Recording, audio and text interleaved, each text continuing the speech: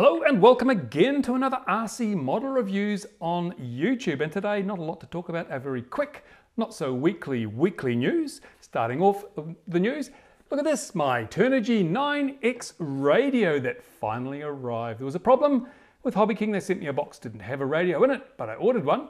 And you'll have seen that video on this channel if you're a subscriber. Now, I contacted HobbyKing. I spoke to one of their customer support people. He was a complete dead end, but apparently he had already given his resignation and was simply working out his time, which is why all I got back were canned responses, totally unacceptable. However, he's gone.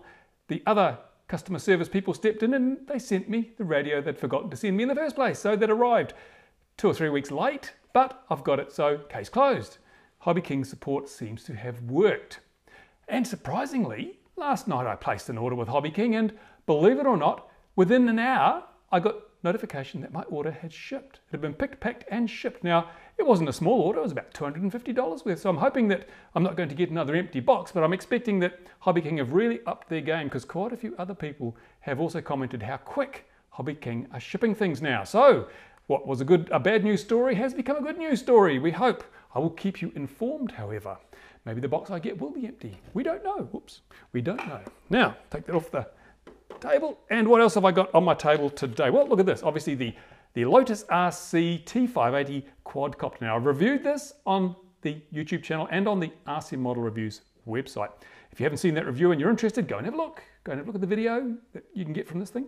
But the people from Lotus RC contacted me and said, well, yes, we've got a new flight controller board, which is not quite so wobbly because if you get a bit of wind, this is a wobbly airframe. It will wobble about, not so stable as a lot of other quadcopters, which makes it less than ideal for aerial photography or aerial video. So they're sending me the new flight controller board. As soon as it comes, I'll put it in and we will re-review the Lotus T580. In the meantime, if you're thinking of buying a T580, obviously there are changes in the wind, so it might pay you to hold off until the new flight controller is readily available and the units on the market have that controller fitted as standard. I will keep you advised of what's happening there. In the mailbox this week, I have this. It's the OpenPilot multi-rotor control board. It has accelerometers and gyros on board. So like most of these boards, like the Pipo that I mentioned last week, this is a great little way to keep your multi-rotor stable from flipping over. In fact, you have to have one of these. You can use gyros, but it's not as good. This is an all-in-one little board. You can download the software and flash it in. The software is probably in a better state than the Pipo software at the moment, but it's all in a big state of flux. They also sent me this little programmer board, a JTAG board, so I can program this board from my computer.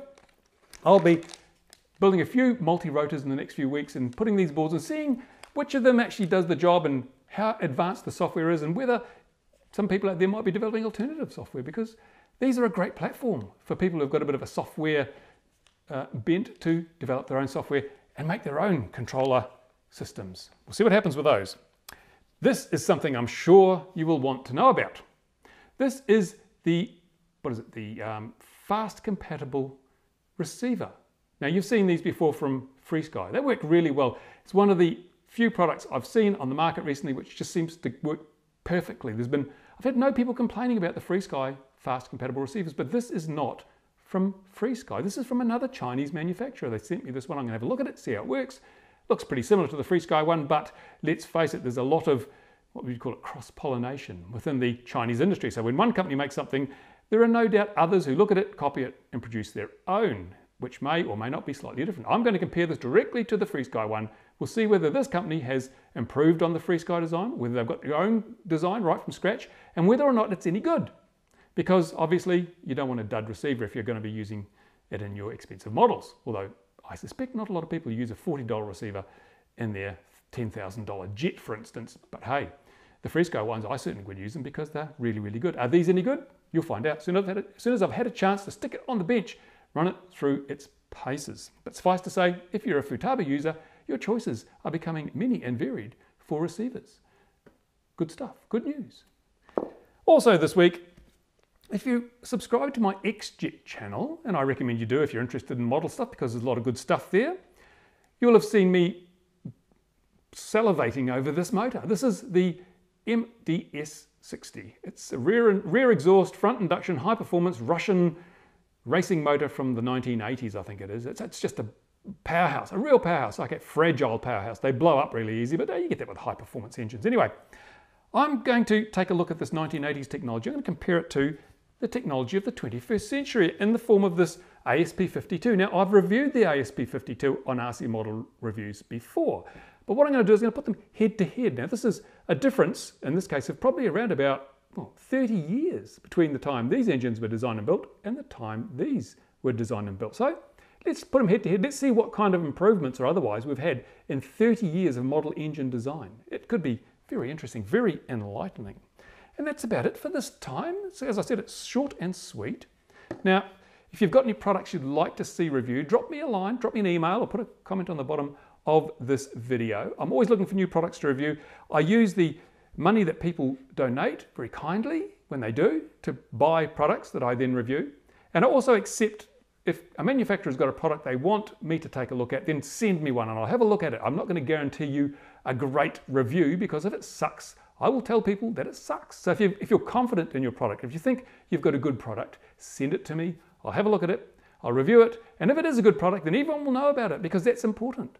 It's very hard to break into the product market these days. If you've got a product, you're a new company, new product, send it to me.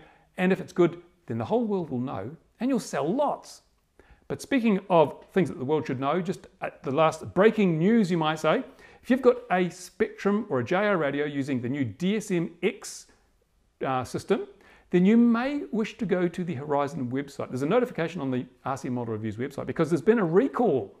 Now, apparently if you use your DSM-X capable transmitter with some of the DSM-2 receivers, then you can have a problem. The whole thing stops and your planes fall from the sky and crash into a million pieces. Now, okay, everyone makes mistakes. We've had recalls by Futaba, there's been recalls been advisories from high-tech.